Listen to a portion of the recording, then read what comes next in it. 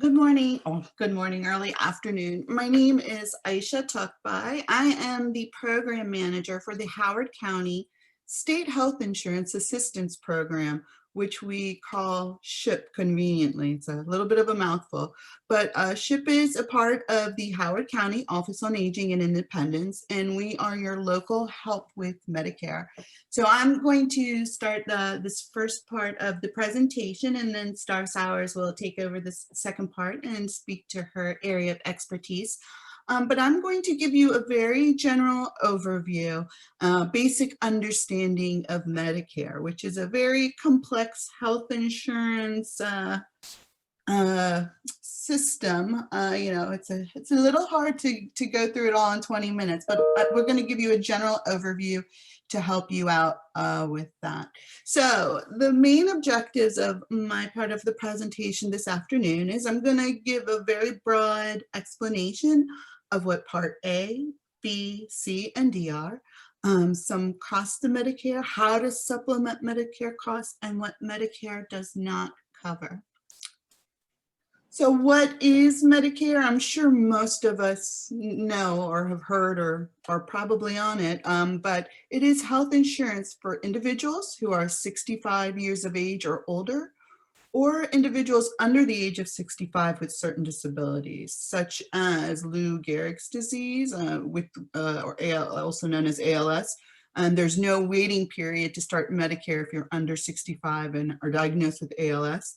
But if you had other disabilities, you would have to be collecting Social Security disability benefits for 24 months before you could start Medicare. And then any individual with end-stage renal disease could start as well immediately. So Medicare is administered by the Centers for Medicare and Medicaid Services, and we call that lots of acronyms with Medicare. We call them CMS, and they are right in our backyard, and they have offices in DC and Baltimore. So to get Medicare, Part A and or Part B, you do have to be a U.S. citizen or be lawfully present in the United States. So there are 4 different parts to Medicare: Part A, Part B, Part C, Part D. You don't get all of them at once. Some you get a different variables of the different parts depending on how you want to get your services. But I'm going to give a little bit of an overview of what each part is. Well, let me backtrack for a second. I'm sorry about that. So Part A is known as hospital insurance, but I also kind of want to put a little disclaimer out there that you can never take anything with Medicare quite literally. It doesn't mean that everything in the hospital is Part A. It would be if you were admitted into the hospital, if you're there under observance, it would be covered under Part B, which is pretty much known as medical insurance. And that's all your care, when you see a primary doctor, get lab work tests, physical therapies, things like that, everything outside of the hospital when you're doing your, routine health services with different providers in that setting. Part C has many names. You can say Part C, you can say Medicare Advantage plans, you can say Medicare Health Plans. Medicare also likes to do that. They like to give multiple names for one thing because it's not quite confusing enough. But Part C is, I'm going to talk a little bit more about it in an upcoming slide, but it's a one way to supplement or receive your health care, a supplement to Part A and Part B. And then Part D is Medicare prescription drug coverage, or it's a standalone prescription drug plan. So there are 4 different parts to that. When you can enroll in Medicare is really going to depend on a few variables, and everybody doesn't always do it at the same time. And so when I'm saying enroll in Medicare, I'm talking about Part A and Part B. But there is an initial enrollment period, which we call an IEP, and it revolves around your birth month. So it's really unique to you and everybody else born in your birth month. But it's a 7-month period that starts 3 months before the month you turn 65. Unless your birthday happens to be the first of the month, then everything gets to shift a month earlier. And then if you don't sign up for Medicare, I'm sorry, and then you have 3 months after your birth month. So it's a 7-month period, 3 months before your birth month, 3 months after your birth month, within which you have to act to sign up for Part A and Part B when you turn 65. If you don't, you could get a penalty, but, and there's always an if, and, or but with Medicare. If you have other insurance, like if you are still working and have insurance through your employer, you wouldn't have to worry about signing up for Medicare because obviously you have insurance through an employer and it would be silly to sign up for a second form of insurance that isn't going to do anything for you if you have employer insurance. But if you didn't have another form of insurance and didn't use this initial enrollment period when you turn 65, you could face a penalty. Most people get Part A premium free if they've worked 40 quarters. Doesn't matter if it's part-time or full-time. If you've worked 40 quarters, you've already paid into Medicare Part A and you get that premium free. So because there is no premium attached to Part A for individuals in this scenario, it really doesn't matter when you sign up for Part A. There's no penalty that applies and you can sign up for it whenever you want. You don't have to wait for an enrollment period. When you turn 65, you can do it. It's just most people sign up for these two things together.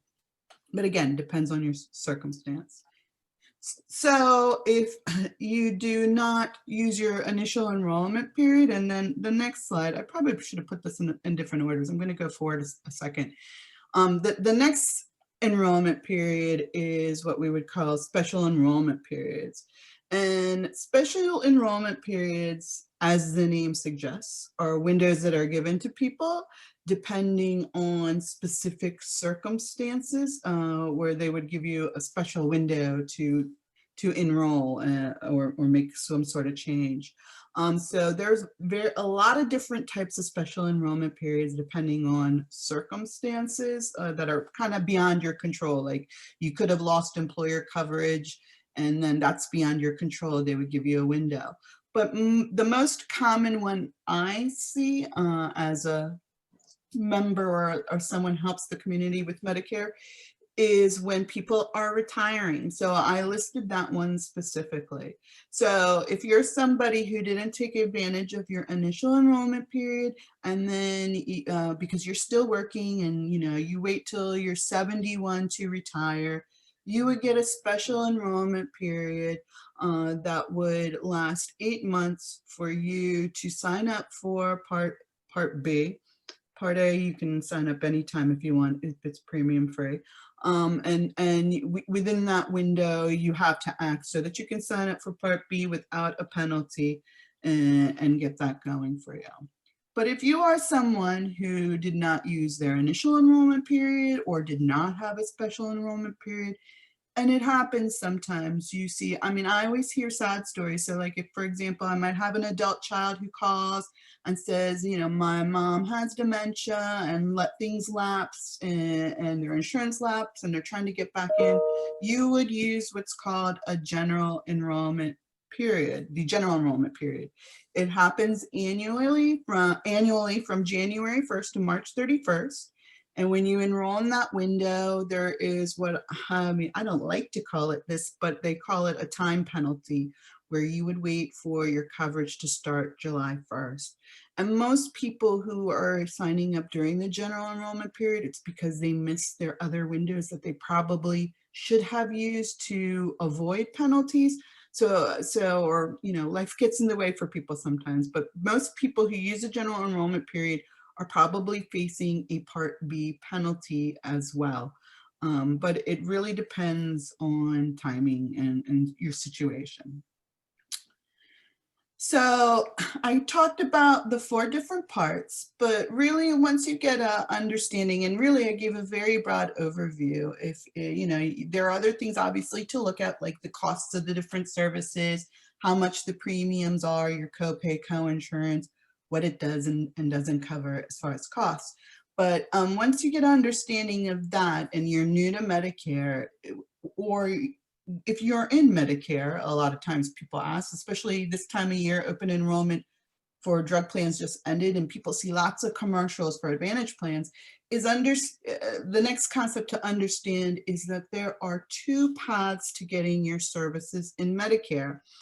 So there's original Medicare is what we call the first path that's on the left of this little picture, this diagram here. And then on the second path is the Part C or Medicare Advantage path. So in both paths, you still have to sign up for Part A and for Part B. But original Medicare is what I like to call the don't tell me what to do path. Everything is more a la carte. You don't have to worry about any network considerations. You don't have to worry about, if you want to see a cardiologist, you don't have to get a referral. As long as the doctor takes Medicare and what you want to visit the doctor for is medically necessary, Medicare is going to pay for it. So, and you can use it anywhere in the country. If you like to go to if you've got kids in California, you'd like to go spend 2 months out of the year there, you're not going to have to worry about networks or coverage or things like that. The Medicare Advantage path is a managed healthcare path. So independent companies kind of contract with Medicare to say, we're going to help people manage their health. And they do have rules. So you still get Part A, you still get Part B. A lot of these plans have a built-in drug plan in them. So it's kind of like one-stop shop. And with these plans, you would have to consider if your doctor, your hospital, the place you get lab work done, if they are in network, and you would have to follow the plan's rules. So for a lot of people, this is appealing, but for others, it might feel restrictive. And also, Advantage plans offer a lot of supplemental benefits, which they promote heavily during this time of year. So just to kind of go through original Medicare again, Part A is a hospital insurance that does cover inpatient care in a hospital. It also covers skilled nursing facility stays, but it does not cover custodial or long-term care. This is all like short-term situations while you're recuperating to go back home and become independent again. It does cover hospice care and home health care. And again, home health care is a short-term plan. This isn't something like where my life situation has changed. Like I have a medical condition that I'm probably going to have for the rest of my life and need help in my home. I've had a procedure or a medical situation and I need help in my house, whether it's some sort of skilled nursing care or physical therapy, some sort of therapy, or help around with very specific things about the house for a short-term period while I'm recuperating, but it's not for something you would plan for the long-term care for the rest of your life. Part B is the medical insurance, and as I mentioned, it covers all medically necessary doctor services, outpatient care. Home health services is also covered under Part B. Durable medical equipment, and that's things like if you needed a wheelchair, if you needed a nebulizer or an insulin pump, different medical equipment and such. It covers mental health services, and lots of preventive services are offered through Part B. And as I mentioned, Part D is a standalone drug plan. And then the other piece to original Medicare that I didn't really dig into is it's another can of worms to open up as well, are the Medicare supplemental policies. And they're also known as Medigaps, but they are individual standardized private health insurance plans. They are separate from Medicare. They're not administered by CMS. They're administered by the State Insurance Administration. But they are standardized by federal guidelines and state laws to supplement your Part A and Part B costs. So, as you can see, just from looking at original Medicare, there's a lot of moving parts and there are a lot of variables to this. And it is very complicated to navigate if this is new to you. And even if you've been on it for a while and you're considering a different path, There's a lot to absorb here. And this is very top level. So, you know, there's a lot of things to dig in through if anything here has created any questions for you. So the cost and coverage gaps in original Medicare that the supplements would help cover include deductibles, like when you're admitted under Part A into the hospital, they're just throwing it out there. There's like a $1,484 deductible. You know, a supplement could help cover that. It could help cover your co-pays and your co-insurances, some costs on non-covered services. And the other thing is with original Medicare, there is no out-of-pocket maximum. So you never hit a spending cap as well. So if you don't have a supplement, if you're healthy, obviously it's never a problem. It's like having car insurance. When you never get in an accident, it's not a problem. Well, then when you are in an accident, it is a problem. So those are some of the things that it's important to think about when you're considering what type of Medigap to get or which of the two paths to take. The gaps in coverage are that Medicare obviously will not pay for medically unnecessary services. I don't know what insurance company will. It doesn't cover long-term care. It does not cover eyeglasses or contact lenses, dental care, or hearing aids. We get a lot of calls of people looking for their services, and obviously as we get older, our senses kind of deteriorate a little bit and we need a little help with that, but that's not covered through original Medicare, nor does it cover services outside of the United States. So there are different enrollment periods for joining a Part D or a Part C plan, or the drug portion of Medicare. And the first one, it pretty much mimics the Part B initial enrollment period of the 7 months. And then there are other windows as well. So annually, we just ended it on Monday, but annually there's an open enrollment period from October 15th through December 7th. And just speaking from as someone who works with SHIP, we probably see about 60% of our volume in that window. It's a very busy season and there's highly advertised on TV on certain channels. But during that window, you can switch between Part C. You can jump from original Medicare to a Medicare Advantage plan. You can switch drug plans. You can shop around for better pricing for all that stuff. And then come January 1st to March 31st, there's a Medicare Advantage plan open enrollment period. Not as busy, but we also don't live in a very Medicare Advantage heavy area because we live outside of DC. There's a lot of federal retirees. So, you know, but if we lived in other areas, it is a very Medicare Advantage, more advantage dense areas. But anyway, if you are in a Medicare Advantage plan as of January 1st, you would be able to use this window to shop around. And then again, there's the general enrollment period. If you use the general enrollment period to sign up for Part B, you would get a special window from April 1st to June 30th to sign up for a drug plan or drug coverage as well. So I'm just going to spend a little bit of time quickly talking about what a Medicare Advantage plan is. I did already a little bit. I said they were, you know, private companies contract with Medicare to give you coverage. I did mention that Part A and Part B is provided through the plan. So you still have to get Part A and Part B separately, and then you would pay a Part C premium.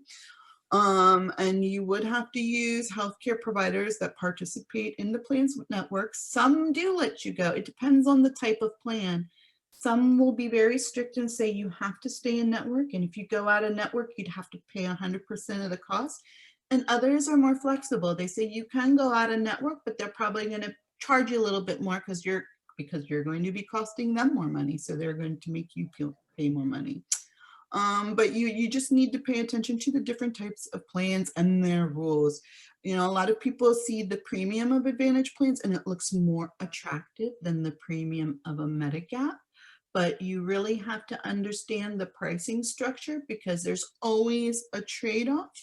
And, you know, SHIP can help you take a look at that or help you understand what questions to ask of the plans. And, you know, Part D plans and Advantage plans can change every year. Their costs do change. Some can change their premiums. They can change their networks. They can change the types of drugs they cover, the costs of all that. So it is important that when you enroll in a Part D or an Advantage plan, that you look at this annually. So that kind of brings me to my end of my very brief overview, but I just want to let you know that, you know, there is a SHIP in every county across the country. It just may go by a different name. In Maryland, they are all called SHIP, but like in Florida, it could be called SHINE. But our function is to assist beneficiaries and their family members and caregivers and community partners help you all navigate the complexities of Medicare. There's no local customer service office for Medicare. So we are kind of it, but we are not Medicare. So we don't have any power in say in making those decisions or saying you can or can't, but we are this is what we do. So we know where to look and what questions to ask to help you figure that out. And we do that we used to do in-person appointments pre-COVID, but we do offer remote appointments by phone, and we do offer monthly presentations, and we can help people also apply for assistance if they have lower income. So if you do have other questions, or rather, you know, the option was offered to take advantage of one of the appointments after this. But if in the future as well, if not now, in the future, you can always reach out to us for help. So I'm going to hand it over to Star next. Good afternoon. My name is Star Sowers, and I work for Care Patrol. And what I'm going to talk about is navigating transitions for your loved one's care and its senior placement options. So what the objectives of what I'm going to talk about are understanding the range of the different living options, how memory care differs from other senior care options, assisted living costs, and then I'm going to give you some information on private, veterans, and government programs. The big question is, why is there such a large need right now for senior care? And I think we all know that there's going to be a surge in the 65 and over by the year 2030. There's also an increase in the life expectancy, and everybody's living longer. There's a significant demand for senior housing. And the other thing is that baby boomers hold more than 70% of the United States financial assets and 50% of discretionary spending. There are several types of senior housing. There's assisted living, there's continuing care, there's nursing homes, there's independent living, and then there's people that want to age in place and stay in their homes. A life plan community, which are also called continuing care retirement communities, there are 38 in Maryland, and they're referred to many times as CCRCs. There are some financial considerations.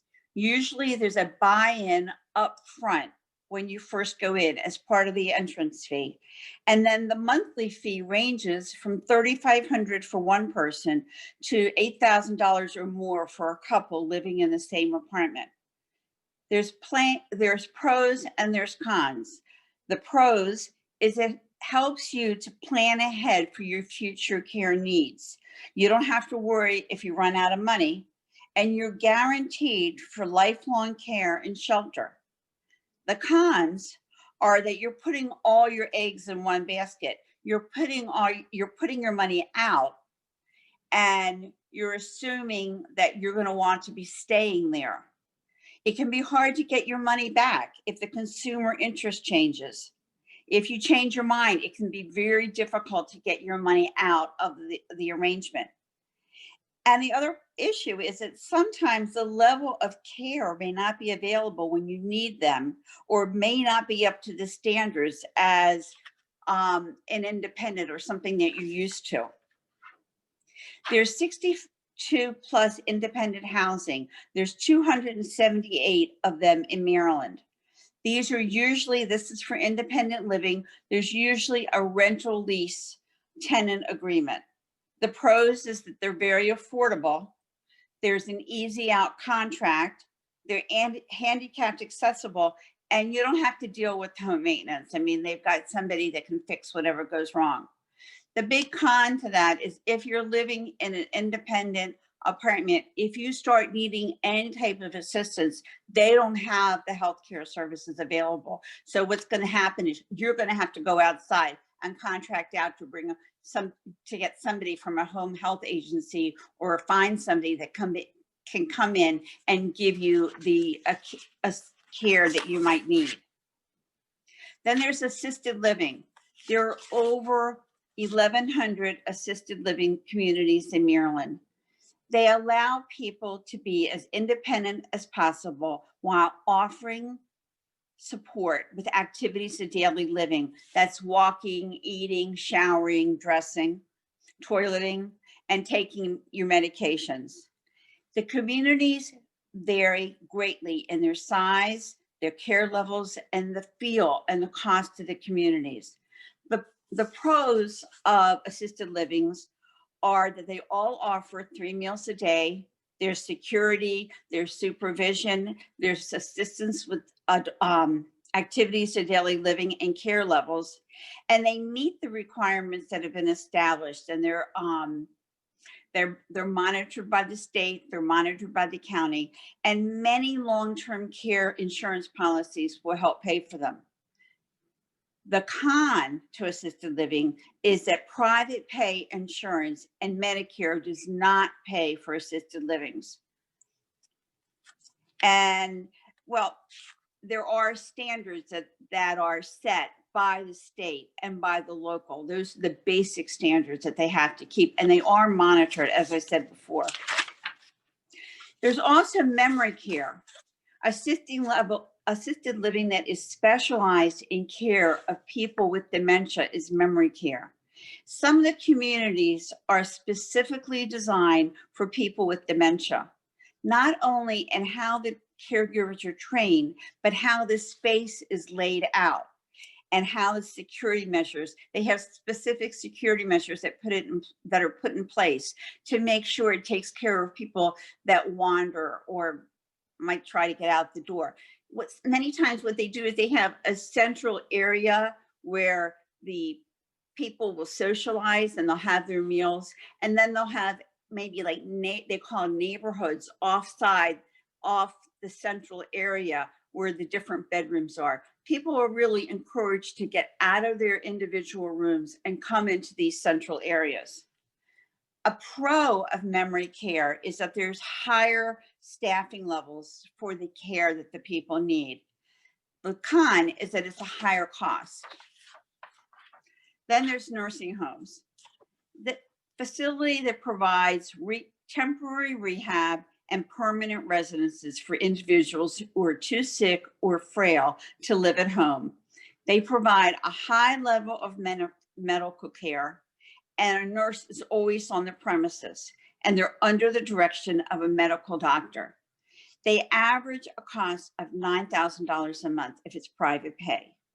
The pro to this is they manage all levels of care, and they accept Medicaid, and they have on-site therapy services. The con is that most of the rooms are not private. The social and the recreational activities are very limited, and there's limited access to leaving the facility. For people that want to stay in their home, there's home care, and there's supportive care, and there's medically prescribed care for people that are trying to stay at home. And it's large and it's diverse, because there can be companion care for a person that just is by themselves. They can take care of themselves, a lot of their own ADLs, but they're not able to get out and they need the socialization. So they may choose to have a companion. Then there's home health care, which is medical or non-medical. And this is for people that are not able to perform all their functions of daily living. Many times they're referred to as ADLs, activities of daily living. And it's a home health aide that will come in and help a person bathe, dress, eat, and toileting. Then there's skilled care, which is prescribed by a physician. The pros of staying home and getting the home health is that there's flexibility to changing services if you want to. You're able to remain in the comfort of your own home. Services are personalized, and many times it is covered under long-term care insurance. The other thing is there are a lot of home health agencies that are out there, and so you do have a lot of choice. The cons are that the costs really, really vary. And you really need to shop around because there's going to be there can be a big difference in the costs. Plus, some agencies are going to give you a minimum number of hours that you need to have for a visit. And you might just need somebody that will come in for an hour and help somebody get dressed in the morning. But some of the home health agencies are going to have a minimum of possibly your 3 or 4 hours for that one visit. The other thing is what we have here is accessibility to physicians in medical centers. A person that's living in assisted living, in most cases, there are physicians that are connected to the assisted livings, and they will come in. They have nurse practitioners and doctors that will come into the assisted living. If a person is staying at home, they have to line up their own physicians and they've got to go to their own doctor's appointments. By staying in assisted living, a lot of this is taken care of. The big question is, how do you pay for assisted living? And what I've got up here is most of it is not covered by medical insurance and it is not covered by Medicare. So in most states, in Maryland, there's a senior assisted living group home subsidy. In Howard County, there's a long waiting list, but it's good to get on it and find out about it and apply for it. So at least your name will come up, or your loved one. There's a Medicaid waiver program. There's long-term care insurance. There's reverse mortgages, and there are veterans benefits for people that have served in and for surviving spouses that meet the eligibility requirements. So what I have here with the resources, I'm giving you the Area Agency on Aging's. For Howard County residents, you can call MAP, Maryland Access Point, which is, I'll give you the phone number, which is not listed here. It is 410-313-1234. Maryland Access Point is really the entry point for any services that you need in Howard County, and they can refer you. If they don't have the answer, they will come up with the answer. They will research it and they will get back to you. So that is a good starting point. I also am giving you the phone number for the Aging Source Book, Positive Aging Source Book. And also here is the number for veterans benefits to find out if you're eligible for benefits for veterans or surviving spouses who meet the eligibility requirements. And that is Sandy Messer. If you have any questions, you're welcome to call me or Bonnie Denker, who is listed up here. I'm Star Sowers. My phone number is 410-302-0892. I have an extensive background in aging services. I worked and retired from the Howard County Office on Aging, so I'm able to help you navigate the system, which many times can be very complex. So feel free to call. I'm more than happy to spend some time and just talk to you if you just are not sure which way to turn, or you're a caregiver and you just need some assistance. Feel free to call at any time. The 24-hour hotline is on there, and my number again is 410-302-0892. Thank you very much for coming. Yeah, thank you guys so much for presenting and bringing this information forward. I am definitely learning a lot listening to these webinars, so I really appreciate that. Both of our presenters provided their information to you all, but we also wanted to make sure we showed you some of the virtual signups that they have still available. So I will screen share really quickly, just so you all can see. am trying. Alrighty. So if you go to the speakeasyhoward.org, and then click on this banner, you'll be able to scroll down and sign up for any of these virtual one-on-one sessions that are still available, but the one you just participated in is all around health insurance basics. We will be making this webinar available on our site, hopefully by next week, but I'm not entirely sure. You'll get a notification or an email from us just letting you know, but you can sign up for virtual one-on-ones clicking here.